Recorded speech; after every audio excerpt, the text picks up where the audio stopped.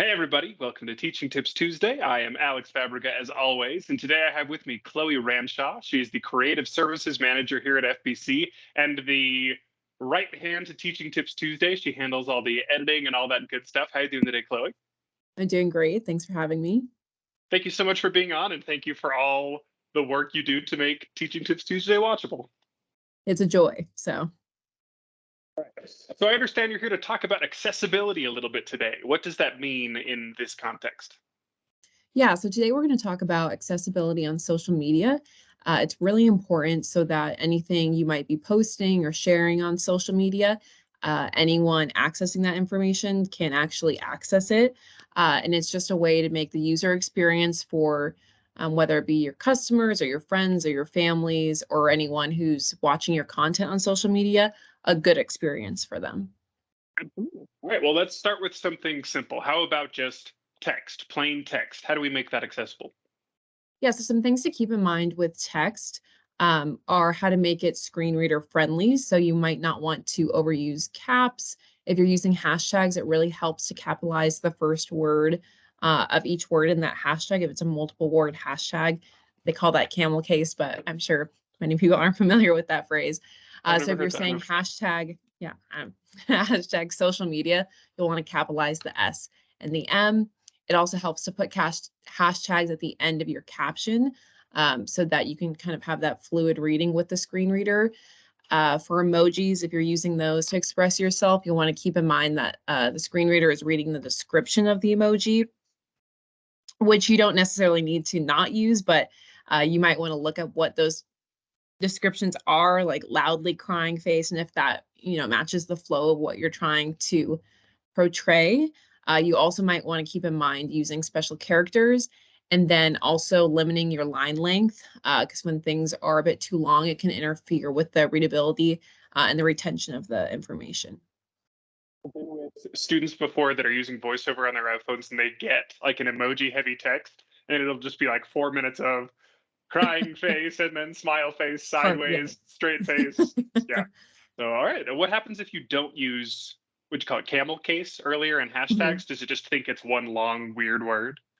Yeah, well, you can imagine if you've ever used like obviously like text to speech and or if you use on TikTok, a lot of people use that text to speech function. So you might be and you hear something that kind of sounds like garbled and funny.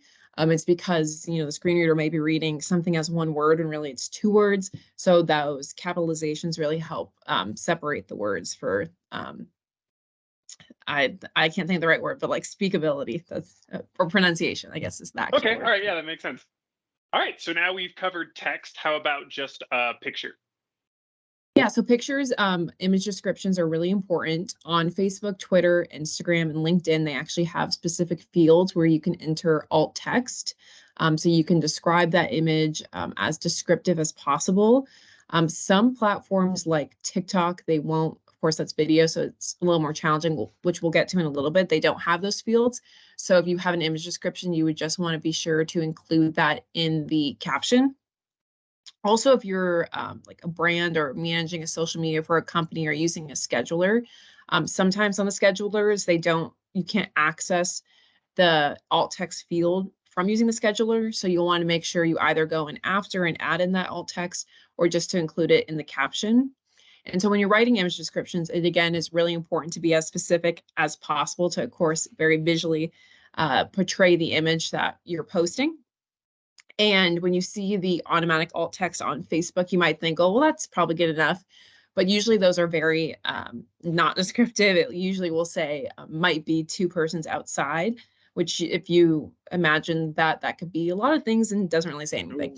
Ooh. So you want to be really descriptive. If there's a chart, you want to convey like what's in the chart. If it's a graphic, if there's different colors that are meaningful to the photo, you'll want to include that. And then you'll also want to include text, again, if it's a graphic and say what text is in the photo. And also if things are, funny, if it's like a meme or something, it doesn't necessarily have to be so serious. And you can portray that humor through your description. Okay. So for those of us who don't know, what is a scheduler in this context? Oh, a scheduler. So something like Hootsuite, um, that might not be very helpful, but it's essentially a program that lets you schedule your posts in advance. So Okay, if all you right. have, if you want to post something on Tuesday, say you have something like Teaching Tips Tuesday that goes out at 11 a.m. every Tuesday, and you want that post to go out at 11 a.m. So then on Monday, when you put the video together, you can schedule it. All right. It's neat to have a non like a strictly educational person on Teaching Tips Tuesday. I'm learning all this new vocabulary. All Yeah. right. So, like you mentioned when we were talking about photos, let's go ahead and move on to video. Yeah, so video can be a little bit trickier. There is, of course, video like transcripts or closed captioning that might be more helpful for someone who's hard of hearing. But obviously, if you are experiencing vision loss, that doesn't really suit the accessibility you're looking for. So what you really need is audio descriptions, which unfortunately, there aren't automatic ways to add audio descriptions necessarily, like how it's so easy to add closed captioning to things nowadays. Um, so those are often baked into the content, which this could be. I have a pretty good system for adding audio descriptions um, that is simple to me, but it does take a few extra steps that you can actually, if you're editing a video, you can edit that into the video. But if that's not possible, if you do have a transcript of the video, you can sometimes put alongside a descriptive transcript that would describe what's happening along with what the persons might be saying.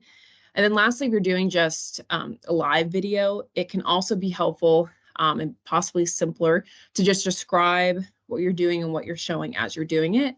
And that can be a simple way to make your video more accessible, especially if you're doing a live and you can kind of talk through what you're doing while you're All doing right. it. I've definitely had the opportunity to consume a fair amount of audio described content over the course of my career, and there's clearly well done audio description that was part of the plan the whole time, and then there's shoehorned in later where it's like overlapping the important audio of the video you're watching. Yeah, So descriptive audio is an art, I think, it much more is. so than closed captioning is.